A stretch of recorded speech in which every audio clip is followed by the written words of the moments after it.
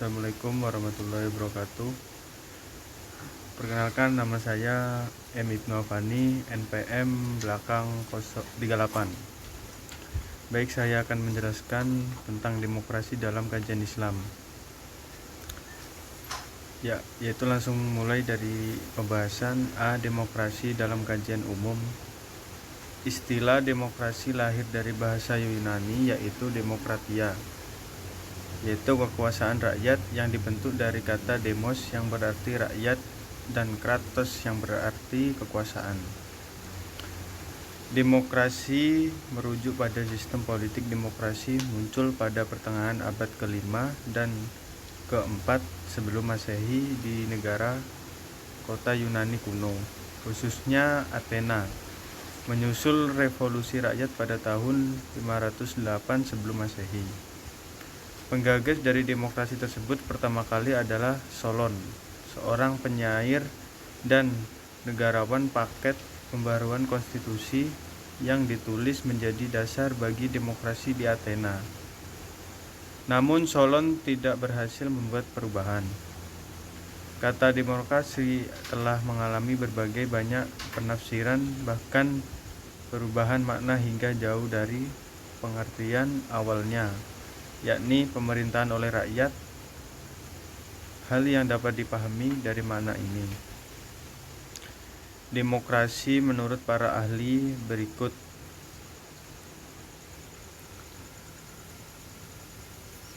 Aristoteles dalam bukunya yang berjudul Politik menyebut demokrasi sebagai politeia atau republik politeia, dipandang sebagai bentuk negara yang paling baik dalam politik. Adapun yang dimaksud dengan politeia adalah demokrasi moderat, yaitu demokrasi dengan undang-undang dasar atau demokrasi konstitusional. Menurut Rahman Yassin, yang paling populer untuk saat ini adalah apa yang telah dirumuskan oleh Abraham Lincoln. Demokrasi adalah pemerintahan dari rakyat, oleh rakyat, dan untuk rakyat. Pendekatan model yang digunakan oleh ilmuwan sosial untuk menjelaskan perkembangan politik barat untuk mempelajari demokrasi sebagai berikut. Max Hopperson, seorang ilmuwan politik asal Kanada, dalam bukunya yang berjudul The Life and Times of Liberal Democracy, yaitu 1. Protective, 2. Developmental, 3. Equilibrium, dan 4. Participatoris. David Hart, seorang ilmuwan politik kelahiran Inggris, mengadopsi gagasan Hobson dalam membagi model demokrasi dalam bukunya yang berjudul Models of Democracy. Dia menambahkan 5 model ini dari demokrasi: 1. Klasik, 2. Marxis, 3. Elitis, 4. Pluralis, dan 5. Legal. Yang B. Demokrasi dalam kajian Islam. Dalam kajian Islam, demokrasi merupakan salah suatu permasalahan yang selalu kontemporer dan aktual diperbincangkan, meskipun telah dibahas lama hingga sekarang belum ada kata sepakat mengenai relasi Islam dan demokrasi di kalangan umat muslim. Demokrasi merupakan konsep baru dalam wacana politik Islam. Kaum muslim baru berkenalan dengan demokrasi sejak awal abad lalu, yaitu setelah adanya perbenturan kebudayaan antara Islam dan Barat, berawalnya dari zaman kolonialisme dan imperialisme, lalu diikuti kemajuan teknologi yang memungkinkan setiap orang mengakses beragam informasi dari segala penjuru dunia dalam waktu yang relatif singkat. Terjadi perbedaan tanggapan di antara pemikir Islam tentang keberadaan demokrasi dalam dunia Islam hingga dapat dikelompokkan menjadi 3 kelompok. 1. Menolak demokrasi dengan alasan demokrasi hanya dibuat alat berat semata. Manusia tidak berhak mengatur hukum, yang berhak hanyalah Allah Subhanahu wa taala. Tokoh ulama yang masuk dalam kategori ini adalah Syekh Fadlah Nuri dan Muhammad Hussein Tabai dari Iran, Syahid Qutb dan Al-Sharawi dari Mesir,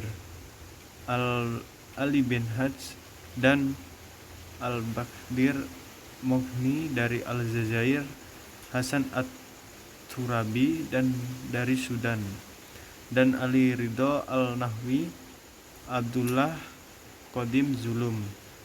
Dua kelompok moderat yang tidak dengan serta menerima dan menolak demokrasi. Demokrasi baru dapat diterima jika sudah melalui proses Islamisme. Tokoh atau ulama yang termasuk dalam kelompok ini adalah Abu Al-Ala Maududi dan Muhammad Iqbal dari Pakistan, Imam Khomeini dari Iran, serta Muhammad Dia al-Din Rais dari Mesir. Kelompok 3 pro demokrasi yaitu kelompok yang menerima demokrasi secara utuh. Demokrasi memiliki hubungan simbiosis mutualisme, oleh karena itu demokrasi dan Islam tidak dapat dipisahkan. Tokoh-tokoh kelompok ini adalah Muhammad Abduh, Rashid Ridha, Syekh Muhammad Shaltut, Al-Abdul Al-Razak, Khalid Muhammad Khalid, Muhammad Hussein Haikal, Toha Hussein, Zakaria Abdul Mun'im, Ibrahim Al-Khatib, Muhammad Al-Aqad, Muhammad Imra'ah dari Mesir, Sadiq Jawad Sulaiman dari Oman, Mahmud Muhammad Toha, dan Abdulhi Ahmad Al-Naim dari Sudan, Bani Sadr dan Mehdi Bazargan dari Iran, Absi dari Aljazair, Hasan Al-Hakim dari Uni Emirat Arab, Fazlur Rahman, pemikir dari Pakistan yang menetap di Amerika Serikat, dan beberapa pemikir dari Indonesia seperti Abdurrahman Wahid atau disebut Gus Dur dan Nurholis Majid. Yaitu langsung saja kita mulai dari syura dan demokrasi dalam perspektif Al-Quran. Langsung saja dari pembahasan, yaitu secara bahasa syura atau asyura diambil dari kata syarara yashuru syauran yang berarti mengambil madu atau melatih. Adapun syura atau al-masyurah berarti nasihat, saran atau pertimbangan. Syura secara bahasa memiliki banyak makna. Secara bahasa, demokrasi berasal dari dua kata, yaitu demos yang berarti rakyat dan kratos atau kraitain yang berarti pemerintahan. Dari istilah ini, demokrasi biasa diartikan sebagai pemerintahan rakyat atau yang lebih kita kenal sebagai pemerintahan dari rakyat oleh rakyat untuk rakyat. Syura dan demokrasi dalam Al-Quran. Menurut Muhammad Fuad Abdul Al-Baqi, dalam Al-Quran ada 3 ayat yang berbicara tentang syura atau musyawarah, yaitu kisah surat Al-Baqarah, kisah surat Ali Imran, dan kisah surat Asyura.